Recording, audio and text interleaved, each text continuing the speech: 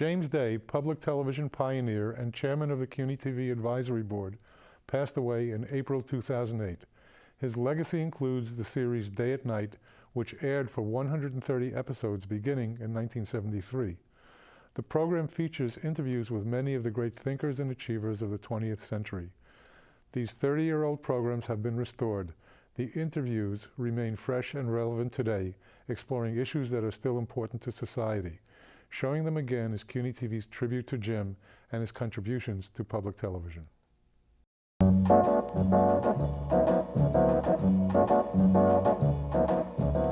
Hugh Hefner is the crowned head of the Playboy empire, a fantasy land he created in 1953 with the first issue of the now famous Playboy magazine. In the little more than 20 years since the Playboy bunny became an artifact of American culture, he's parlayed his magazine into a far-flung enterprise that now includes 2 magazines, more than 15 nightclubs, a series of resort hotels, books, records, occasional motion picture productions, and several theaters. And with it all has come a steady assault on the Puritan ethic, a series of disquisitions called the Playboy philosophy. Catering to the sexual fantasies of Americans, urban male has made Hugh Hefner a millionaire, providing him with the means to live his own fantasies. Girls galore, a bunny-equipped private jet, and a home with all the accoutrements of a satyr's daydream.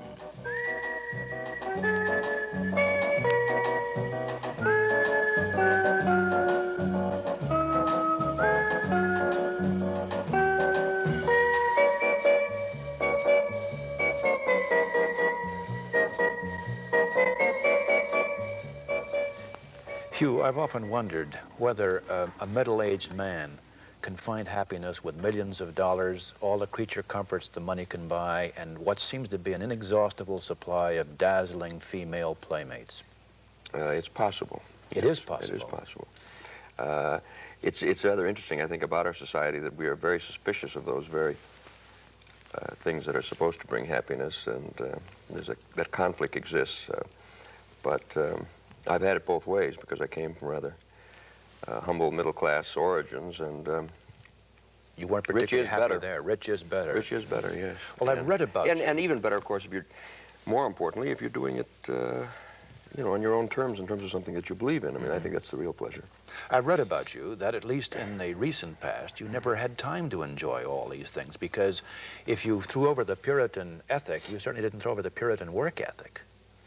I think that's true, and was particularly true at one point in my life, much less true today. The boy is, the man is, the boy is father to the man. And so I still fight some of those same Puritan things in myself that I'm fighting in society. Do you find yourself at all uneasy fighting those things? No, no.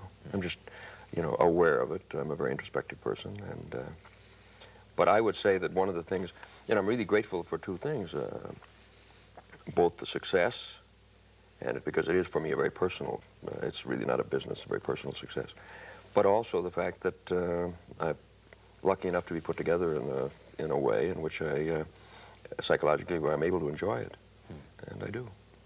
So you've licked the being a slave to your own. Yes, well, I don't, you know, the battle's never over, is it? I don't think it's ever won. It's a lifetime kind of adventure. Well, you did work for 72 hours straight at times, did you? Yes, 72 may be an exaggeration, but I used to go around the clock. But it was, even then, it was kind of a burning candle at both ends sort of thing. See, most of the reports about me are, you know, for a variety of reasons, are kind of misleading and half-truths. Intentionally? In most cases, I think not. I think it has to do with hang-ups in our society. I think Playboy and the guy who runs Playboy are difficult to write about. Again, probably because of those Puritan ethics. I think the 2 big hang-ups in our society are money and sex. And when you put them together, it's particularly difficult.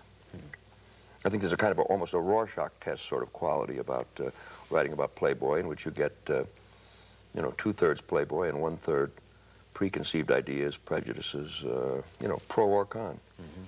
And so that what comes out in the press is often not so much about me as it is about society. What is happiness to you? How would you define it for your own personal purposes? Well, personal fulfillment, I think.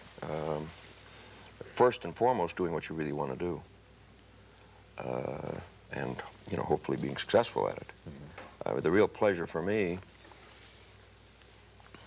you know, I've been rich and poor, and rich is better, but the money, the nice thing about money is not to have to think about it. Money was important to me when I was poor. It's nice to be able to relegate it to a kind of a secondary position. It gives you the freedom then to, you know, to do the things you really want to do and that are more important. You've created, I suppose, a kind of image of the modern American male. Do you feel any compulsion to live that image yourself? Because, as you say, they write about you, they write about what you represent. Do you feel that you have to live that life? You indicate you're perfectly happy doing it, I gather. Yes, and I would say that that's the degree to which I do it. In other words, obviously, I am a public figure and wouldn't be if I hadn't wanted that. In other words, I'm not in show business. There aren't very many editor-publishers of magazines that are well known, so that didn't happen by accident. Mm-hmm. But there's a pleasure in that. But a pleasure in what? In being well known? Yes, there is. Yeah. In adulation? Yes. Yeah. Man doesn't work for bread alone. Mm-hmm. It also cuts a lot of corners. I mean, you can do things that you couldn't otherwise do. You don't have to wait in line to see a movie or to get on an airplane. Or, you know, that's good. They're convenient. There are a lot of things we do. You know, one of the things you try to buy, whether it's with money or fame or whatever, is time. I mean, time is one of the most precious things of all. We only have X number of years on Earth, and a lot of it's wasted. So, in a lot of things that I do, I try to improve that and you know, get the most out of it. Do you feel pressed for time? Do you feel it's passing very rapidly for you? Yes. Does it pass at a greater rate with each passing year? Yes, there was a period in my life, as a matter of fact, when I was so unhappy about the fact that I had to spend 8 hours of every 24 sleeping that I investigated seriously the various, Russia was working on a sleep program that, some machinery that was supposed to eliminate about half of the, because the body doesn't really need much of the time that we spend sleeping if you can go into a deep sleep quickly. But I never worked it out. But I am very conscious of the fact that, you know, time is passing, and if you're really enjoying life, you want it to go on a little longer. Are you conscious of other people, a concern for other people? I ask that because what you've just said sounds as though your own happiness obviously comes first, and is that all? No, it's a long ways from all. I think other people on both a personal level and society-wide, planet-wide, really, I'm very much concerned and rather deeply committed. You're not worried about the ones who have to wait in line where you don't have to wait in line? I don't think that's the most serious problem that our planet faces. No, I sort think of in a metaphorical sense, I hope. seeing that we have a planet in about 100 years from now is, I think, the first most important consideration, and that people are able to live on it a little more decently than they are today. But I would say at the heart of my life, I accept the fact that I am very self-oriented. And coming to grips with that, I think, is a healthy thing. I think almost everyone is and should be, as long as it's rational and humanistic, you know, not just a day-by-day kind of exploitation thing. You say that you've been poor and you've been rich, and rich is better. Did you grow up in relative poverty?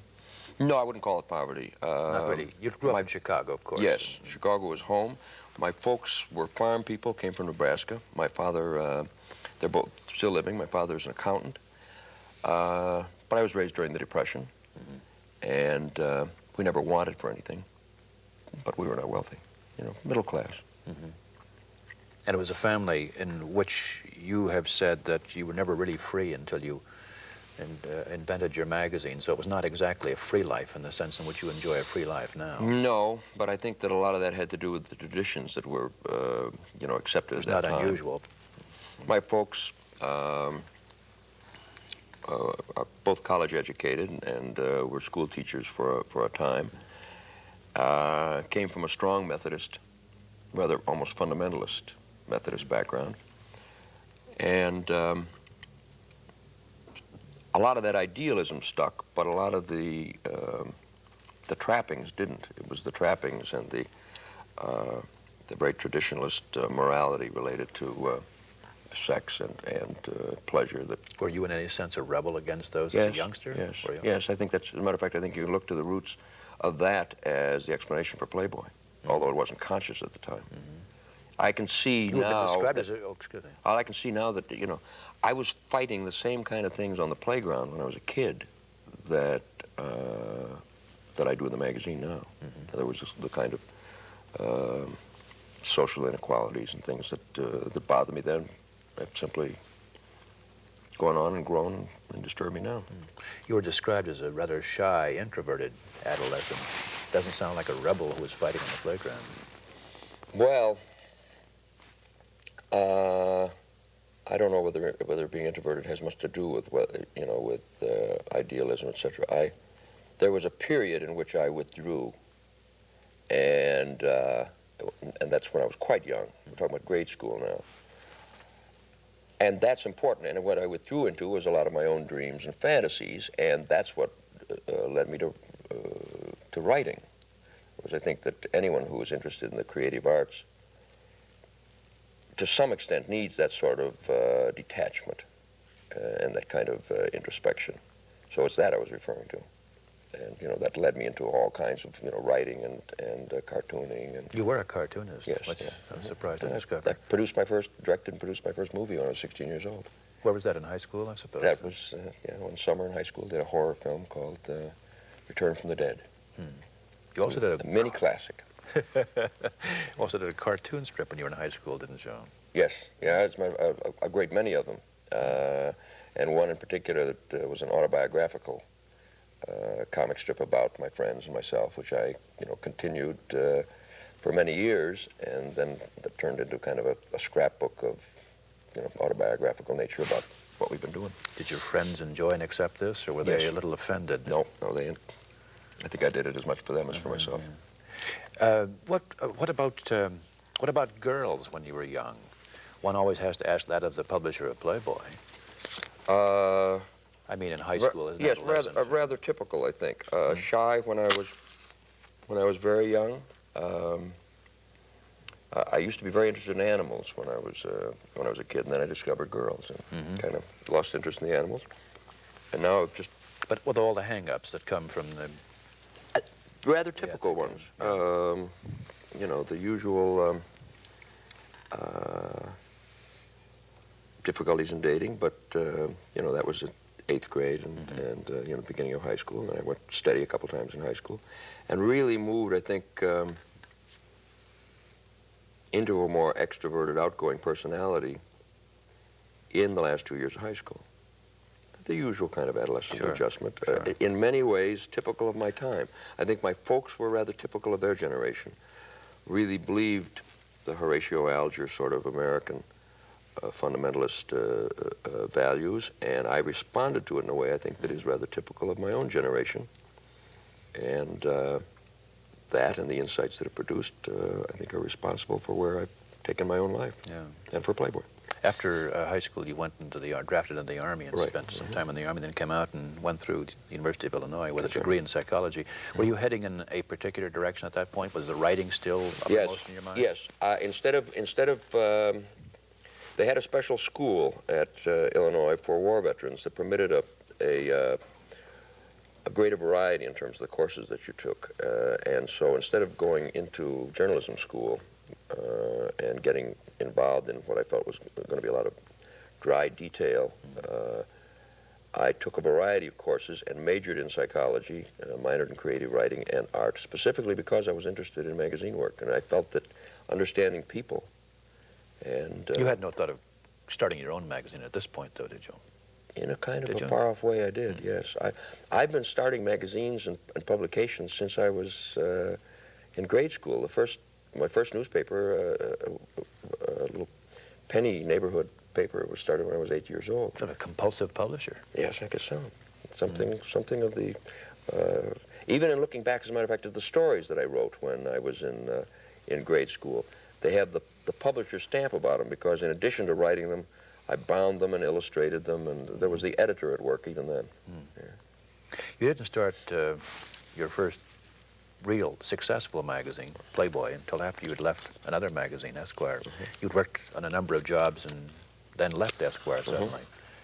I worked in their promotion department for 1 year, and that was about 1.5 years before I began Playboy. And they'd moved the last of their offices to New York, and I decided to stay in Chicago. And You didn't want to move?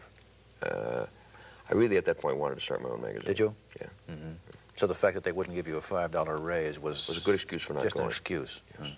But if they'd given it, I would have gone.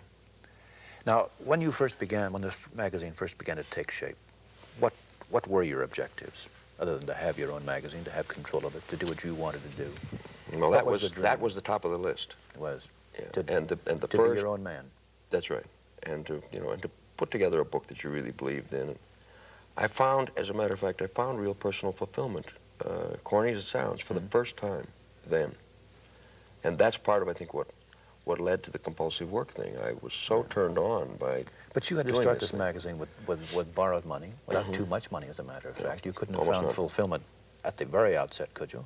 Yes, because the first major problem was, would the magazine be around a year later so I could continue doing what I was doing? I felt as successful, relatively, in the first 6 months as I feel today. Because, of course, I had no idea what was Not coming. why did you feel it? What was the secret of its success? Why did it catch on so quickly? From your Well, that I did not imagine before the fact. It was a matter of being in the right place at the right time, with a point of view whose time had come. And This was the what I sexual didn't know was that there were a great many other guys out there who had these same views, and they weren't being expressed anyplace else. So that from the very beginning, from the first few truly amateurish issues, because in the beginning we were really just learning what we were doing. I had never worked professionally in an editorial capacity for any other publication when I started the magazine. So I had to learn what I was doing while I did it. And we had no money at all, literally no money. So the first few issues were really, almost a local kind of publication in quality. And the initial reaction was phenomenal. People saw the spirit of the book and what we were trying to do and responded to that even before the quality was there. The spirit, not the Marilyn Monroe calendar picture, or I don't think, you see... the voyeurism that was a part of the book? No, because there already existed at that time. It's forgotten now, but there were other girl books around that had nudes in them at the time. It was the combination. It's so often, that's one of the things that people tend to overlook. Life did a major piece on it some time ago in which they talked about, the title of the piece was The House That Sex Built. Sex is only a part of it, and that's the part that still isn't clearly understood.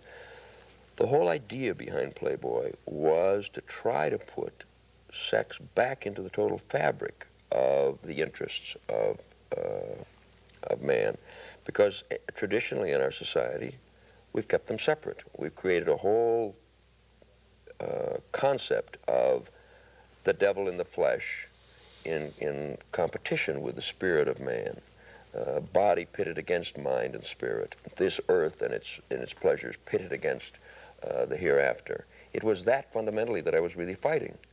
And it's something that even today is not clearly understood. I mean, we'll still take raps in the press about, on the one hand, the magazine has excellent editorial content, but then it also has a rather voyeuristic attitude towards sex. Well, that's the whole point of the publication, that human beings are and should be, at best, healthiest, total in accepting the animal part of their humanism, and that this really is a humanistic thing, that when you try to eliminate the sexual aspects, and I don't mean sexual exploitation, I mean the normal, healthy interests in You don't regard this as sexual exploitation? No, I think exploitation is a much misused word. There's a marvelous phrase in Naked Ape, voyeurism is a healthy, non-participatory activity. The world should look at the world. And I think that I think that we suffer from still today, serious, even at the same time that we have a lot of obvious sexual exploitation, I think we still suffer from serious sexual repression, and I think that's the thing that the sickness and harm comes from. Have you any fear that Puritanism will return? There are some indications Yes, that there is some maybe... indication of it. I mean, unfortunately, there's a little portion of it in the women's lib movement that's gotten, you know, that part of it, because it is so publicizable, and has gotten a lot of the attention. You know, the sexist thing. I think that that sex, more than religion or more than any other single consideration, is the major civilizing force on our planet. If there weren't two sexes, there wouldn't be family units, there wouldn't have been tribes and cities. And if we are, in many ways, still in the 20th century, superstitious savages that don't seem to be able to come to grips with living on this planet in a healthy way, if there weren't sex, it would be much, much worse. Now, that doesn't mean that sex is not misused and isn't exploited, but it does mean that sex at its best is one of the most humanizing forces on the planet. And that we are a society that has found sex to be the single thing that we consider to be the real obscenity is a very sad commentary on our world. I would have thought that was love rather than sex. What, the real civilizing influence? Well, where does that kind of love come from? I don't think, in other words, pair bonding, etc., comes from the attraction of two people of the opposite sex. I think love is just the cultural trappings, isn't it? It may be. I think so. Maybe. I think so. It's because sex at its best, even today, is you know, sort of a dirty word. As a matter of fact, there's that conflict that you talk about between you know, sex and art, or pornography and art. If a picture is not too sexy and it's well done, then it's art. But if it, even our definitions of obscenity, if it appeals to prurient interest, then it's obscene. Well, what is prurient interest?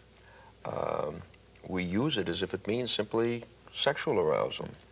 What is this thing about sexual arousal that we are so ashamed of? It's one of the most attractive things in life. It makes, for a great many people, a rather tedious existence more pleasurable. Such things as art and philosophy are oftentimes inconsistent with business. You're in a multi-million-dollar business now. You're in competition with others, many of whom are imitators of you, but who've perhaps carried some aspects of what you're talking about to even further lengths, and therefore, perhaps, are a threat to you in a business sense. Does this concern you at all? Not in any serious way. I think the competition is a rather healthy thing. That's an easy answer, but I think it's true. And I'm happy that the competition, since I knew that we enjoyed a period of some almost 20 years without any competition, which is almost without parallel for a successful magazine.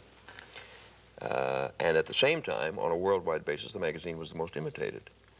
The fact that the competition now comes from imitators rather than from some new insight or concept that has caught the fancy of people, I think is a very good thing. It's both a tribute to me personally and also much easier to deal with. Doesn't this, with the exploitation of this particular thing, doesn't it push it closer to the time when it too will be pushed into the past as simply a period in our publishing history, let us say?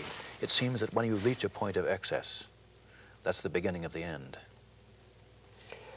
Oh, I think that you have short-term cycles that follow that, and at the same time, you know, the more long-lasting cycles. I think you see the excesses that existed in the 20s, leading to and partly responsible for what happened in the 30s, which was kind of the hangover after the party.